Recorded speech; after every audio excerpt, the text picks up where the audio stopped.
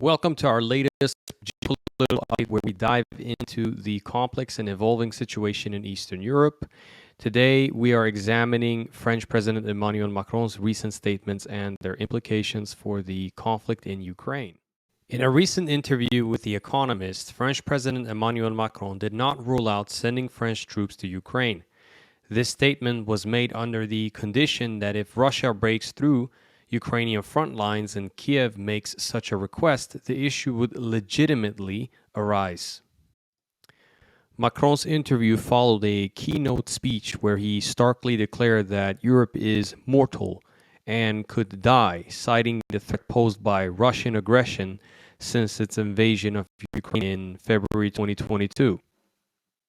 Analysts believe that Russia could be on the verge of launching a major new offensive in Ukraine. Macron emphasized that if Russia advances further, Western countries will need to reconsider their stance on deploying troops. He described this as a strategic wake-up call for his European counterparts. Macron views Russia as a power of regional destabilization and a direct threat to European security.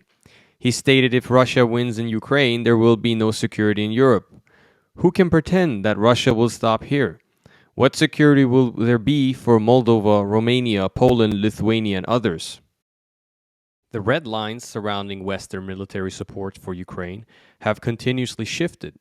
The latest example is President Biden's reversal, allowing Kiev to use U.S. weapons to strike targets to just inside Russian territory, though under severely restrictive conditions. President Biden's decision highlights the constant balancing act between supporting Ukraine and avoiding a direct confrontation with Russia. While Biden has refrained from deploying U.S. troops, the decision to allow limited strikes inside Russia marks a significant policy shift. Macron's contemplation of sending military trainers to Ukraine is ambitious and risky.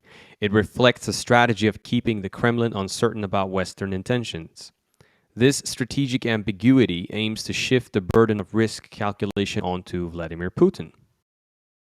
Francois Heisberg, a prominent French analyst, supports Macron's approach, suggesting that Putin might be reluctant to engage directly with NATO powers. However, he also warns of the risks if Putin calls Macron's bluff, especially given the lack of preparation for potential French casualties in Ukraine. France possesses formidable armed forces and is a leading arms manufacturer. Despite Macron's tough rhetoric, France's military aid to Ukraine has lagged behind other NATO allies, while France has supplied important weapons such as Scalp missiles. Its overall contribution remains smaller compared to nations like the United States, Germany, and Britain.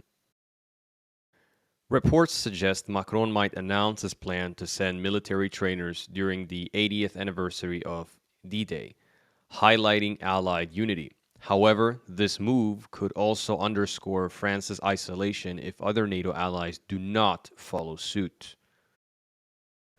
Recently, Secretary of State Anthony Blinken hinted at an evolving U.S. policy toward Ukraine, potentially allowing more flexibility in how Ukraine uses Western weapons.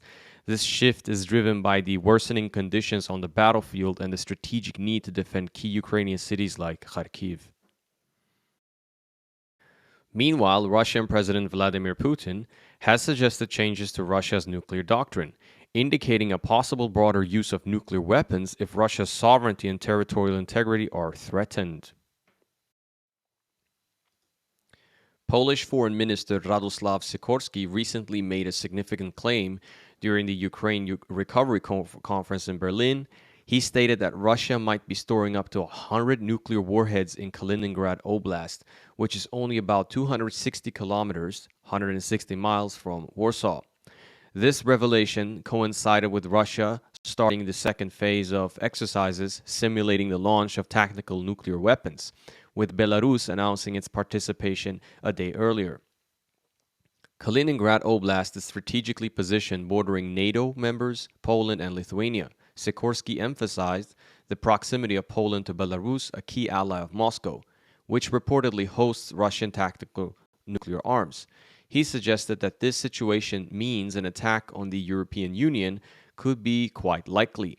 Since the full-scale invasion of Ukraine began in February 2022, Russian President Vladimir Putin has frequently issued nuclear threats against Ukraine and the West.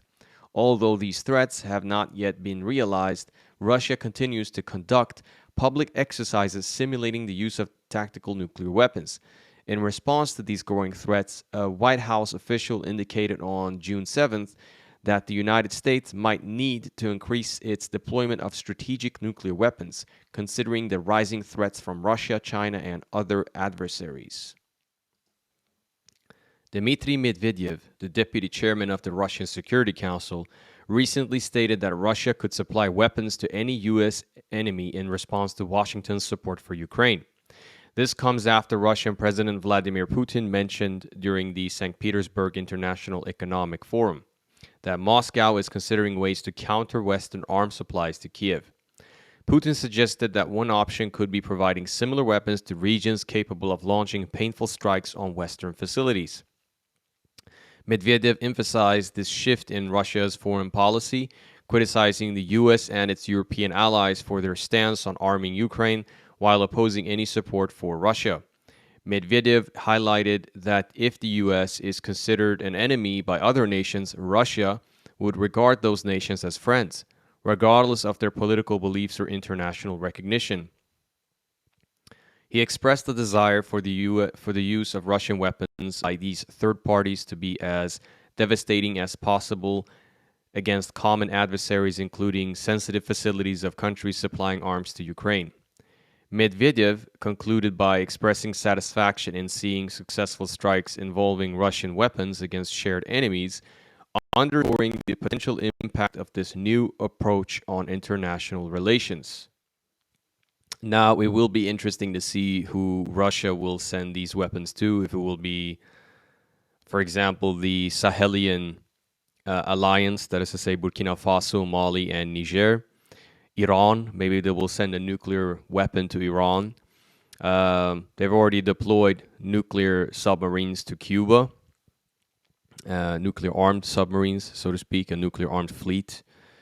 It will be very interesting to see. Maybe it will be the Ansarullah government in Yemen. But we're heading towards more warlike times, so to speak, and the tensions are very high. 4 Russian vessels, including a nuclear-powered submarine, have arrived in Havana, Cuba. The Cuban Ministry of Foreign Affairs announced that these vessels will dock in Havana between June 12th and 17th. Importantly, none of these vessels carry nuclear weapons, and Cuba has assured that their presence does not represent a threat to the region. Among the vessels is the nuclear-powered submarine Kazan, along with the frigate Admiral Gorshkov, the fleet oil tanker Pashin, and the salvage tug Nikolai Chiker. This visit aligns with the historical friendly relations between Cuba and Russia, adheres to international regulations. However, the timing of this deployment is noteworthy.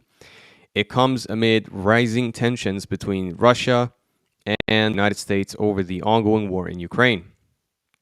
Russian President Vladimir Putin recently suggested that Moscow might take asymmetrical steps if Western countries like the US and Germany continue to supply Ukraine with advanced weapons that could be used against Russia. And we talked about that before. A U.S. official mentioned that while Washington does not see the arrival of these Russian ships as a direct threat, the U.S. Navy will be closely monitoring the situation. This is part of a broader context where Russia is planning to conduct naval exercises in the Caribbean. Relations between Russia and Cuba have been strengthening, especially after a meeting in 2022 between the Cuban President Miguel Diaz-Canel and Putin. They met again last month during the annual May 9th military parade in Moscow. This situation brings to mind the historical tensions, particularly the Cuban Missile Crisis of 1962, when Cuba was a key ally of the Soviet Union. The deployment of Soviet nuclear missiles on the island almost led to a war between the U.S. and the Soviet Union. During the Russian fleet's arrival in Havana, there will be a 21 gun salute, which they have done.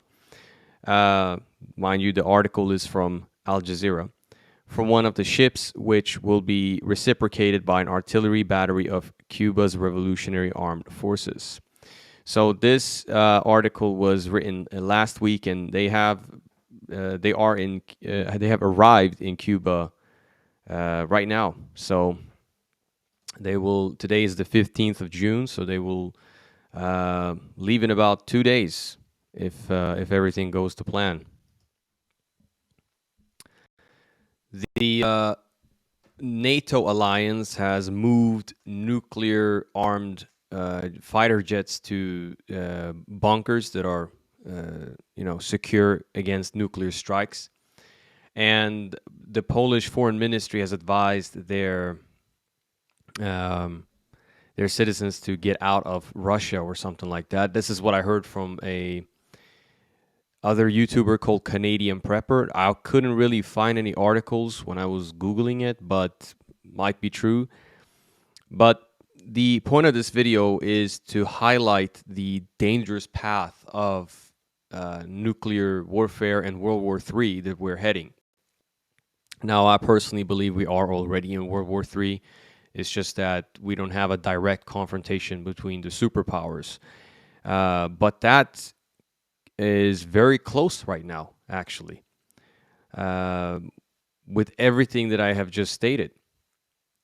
So the development is very dangerous, but my concern is that I'm not seeing a whole lot of panic in the general population here in the West. People in Sweden, where I live, are just, it's like nothing is going on in their lives, you know. I find that very crazy because we're in the brink of a nuclear war, similar to that of the Cuban Missile Crisis.